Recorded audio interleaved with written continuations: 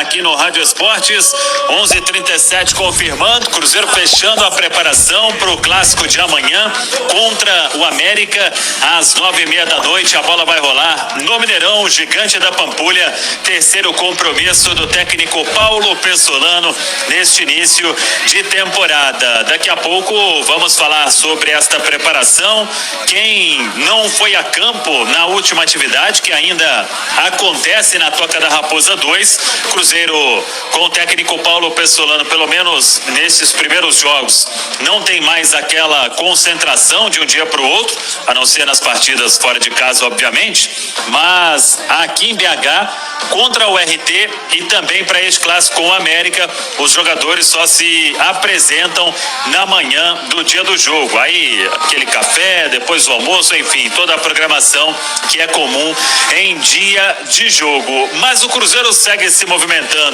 nos bastidores e mais uma informação foi antecipada aqui pela Itatiaia, a apuração minha e do nosso Guilherme Pio. O Cruzeiro tem negociação para contratar o meia Fernando Canezin, 29 anos, esteve nas duas últimas temporadas no Atlético Paranaense. Cruzeiro hoje pro meio tem o Giovani, tem o João Paulo e tem o Marco Antônio, então vai buscar um jogador mais experiente. O Marco muito jovem, João Paulo já com uma rodagem no futebol, o Giovani ainda não está na casa dos 30, mas tem bagagem, e virá o Fernando Canezin. Uma informação que a gente apurou, que a negociação está muito avançada, ele estava livre no mercado, sem custos, dentro daquele padrão financeiro que o Cruzeiro quer para a temporada de 2022, com o Ronaldo Fenômeno, então deve acertar mais esta contratação. Lembrando que o Oliveira, zagueiro, já finaliza os exames médicos também para ser anunciado. Pelo menos no perfil Léo Figueiredo, o Cruzeiro vai dando uma encorpada no elenco. O Canezin não foi titular absoluto no Atlético Paranaense. Alguns jogos eu acompanhei, você também, Léo, no futebol da Série A do Campeonato Brasileiro, Copa Sul-Americana, enfim, esteve no elenco do Atlético Paranaense. E como está dentro deste perfil aí de estar livre, com o salário dentro da realidade, o Cruzeiro entendeu, claro que passando por toda uma análise, que a contratação pode ser útil, e por isso o atleta deve chegar ainda nesta terça-feira para exames médicos e assinatura de contrato. Bom dia, Léo Figueiredo. Bom dia, Samuel, bom dia a todos. As contratações do Cruzeiro, em sua grande maioria, e até mesmo de forma inteligente, elas têm que seguir alguns critérios. Primeiro deles, um jogador que entre no perfil financeiro do que o Cruzeiro pode fazer este ano. Segundo deles, uma oportunidade de mercado. Um jogador que o Cruzeiro não tem que gastar para trazer o jogador. E terceiro, que entre no perfil de jogo do que pensa o seu treinador, o Paulo Pessolano. No ano passado, o Canezin fez 34 jogos, então ele atuou, foram 12 como titular. Não brilhou no Atlético Paranaense. Dificilmente, gente, o Cruzeiro traria um titular do Atlético Paranaense, um time que chegou à final da Copa do Brasil, time que ganhou a Copa Sul-Americana, que hoje pode ser colocado entre os grandes do futebol brasileiro pelo que tem realizado o Atlético Paranaense. O Furacão acabou de contratar o Vitor Bueno, tá? Ele levou de volta o Pablo, então ele está num patamar diferente. Então, que o torcedor entenda e que o Canezin também aproveite a oportunidade, porque o Cruzeiro está em um momento de fazer contratações e apostas mais comedidas. Quando colocar a casa no lugar, aí sim retoma aquela política de grandes contratações, jogadores em ascensão. Vamos ver, o Canezin vai ter mais uma oportunidade na carreira. É uma boa oportunidade, Samuca, pelo pouco que vi do Cruzeiro este ano, que tem sido um time bem organizado, e para qualquer jogador que esteja chegando, um bom treinador, um trabalho que está sendo organizado, é muito mais fácil de entrar e jogar, Samuel. Pois é, Léo, eu acho que chega, se a contratação for confirmada, para uma composição de elenco. Exatamente.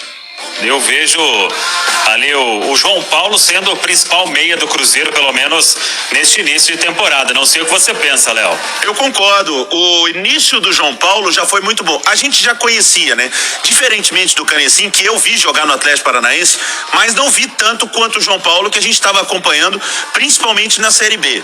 O João Paulo já vinha fazendo bons campeonatos. E este início dele no Cruzeiro, um jogador que tem a capacidade de fazer ali a meiuca, mas também fazer lado do campo.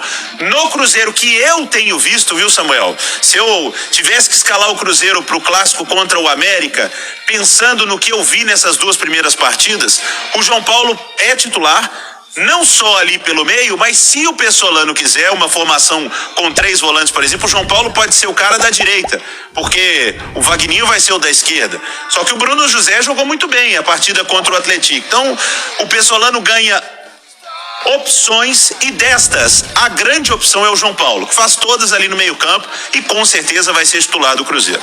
Pois é, daqui a pouco vamos tentar esboçar aí o que pode fazer o técnico Paulo Pessolano. Tô curioso para saber qual time ele vai colocar contra o América. Agora, uma outra informação importante de bastidores do Cruzeiro, a gente apurou e a gente trouxe todos os detalhes no itatiaia.com.br.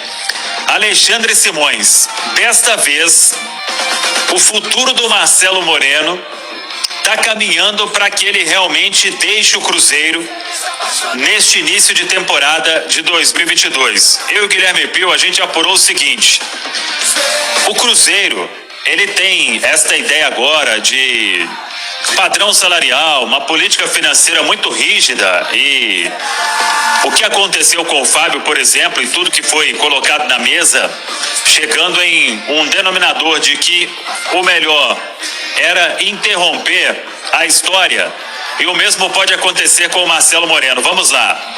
O que a gente apurou: o Cruzeiro ofereceu ao Marcelo Moreno, quase que o mesmo que o Fábio, contrato até o final do campeonato estadual, redução de 60% aproximadamente no salário do Marcelo Moreno, que o Marcelo, quando veio, aceitou, abriu mão de muita coisa lá na China, reduziu o salário, mas mesmo assim o salário ficou alto para que pensa hoje a gestão do Ronaldo. E nos últimos meses, nas últimas semanas, teve sondagem de tudo quanto é lado. Então, o Marcelo Moreno, como eu disse no domingo, ele tem o desejo de continuar no Cruzeiro. Ele gosta muito do Cruzeiro, abriu mão de muita coisa e se acha importante para colocar o Cruzeiro de volta à elite do futebol brasileiro. Mas neste momento, o Marcelo vai ficando, eu diria até, em segundo plano nesta montagem de elenco, até por esta também questão financeira. Então, ele vai conversando com o Cerro Porteño, que hoje é o principal interessado, e a negociação pode caminhar mesmo para um desfecho para o Marcelo Moreno assinar um contrato de 2 temporadas com os paraguaios, mas ainda tem pontos para ajustar, incluindo o acerto salarial. Mas como eu disse, Alexandre Simões, por tudo que foi oferecido até agora, é pouco provável que o Marcelo Moreno continue. Ele precisa voltar da seleção, conversar com a diretoria e acertar tudo. Mas, repito, é pouco provável a continuidade do Moreno nesta temporada. Simões. Exatamente, Samuel. Bom dia, Léo, Milton, nossos... Ô, Samuel, a gente tem a convicção de que o Marcelo Moreno já estava meio que fora dos planos na gestão anterior do Cruzeiro, quando era ainda a associação, porque o acerto com o Edu foi feito lá, né? Antes da chegada do Ronaldo, antes da venda do clube, da transformação em SAF. Então o Edu, foi artilheiro da última Série B, viria para ser o titular do Cruzeiro. Além disso, o Cruzeiro tem o Thiago, um garoto ainda, vive altos e baixos, ainda uma instabilidade, mas tem muito potencial, iniciou a temporada marcando gol como titular. Então, o Marcelo Moreno, ele perdeu espaço. Eu acredito que não tenha nem muita relação com a questão salarial, embora ela seja muito importante. Mas o 2020 e o 2021 do Marcelo Moreno na Toca da Raposa foram muito ruins, Samuel. Ele não conseguiu ser artilheiro do time em nenhuma das duas temporadas, marcou perto aí de 10 gols, somando 2020 e 2021, metade deles de pênalti. Quer dizer, é uma situação que para o Cruzeiro não faz sentido ter 3 jogadores para a mesma posição do ataque, sendo que o Edu e o Thiago, na minha visão, já compõem bem o setor, vivendo uma carência de lado de campo. E ela existe ainda, Samuel. Pois é, e é o desafio da diretoria do Cruzeiro de encontrar essa peça aí no mercado. Daqui a pouco, Milton, a gente volta. Fala, Nação Celeste! Se você chegou até aqui, se inscreva no canal, ative o sininho das notificações para poder ficar sempre informado do nosso Cruzeirão Cabuloso e não se esqueça aí de compartilhar muito com a galera. Que somos loucos da cabeça, amamos o Cruzeiro.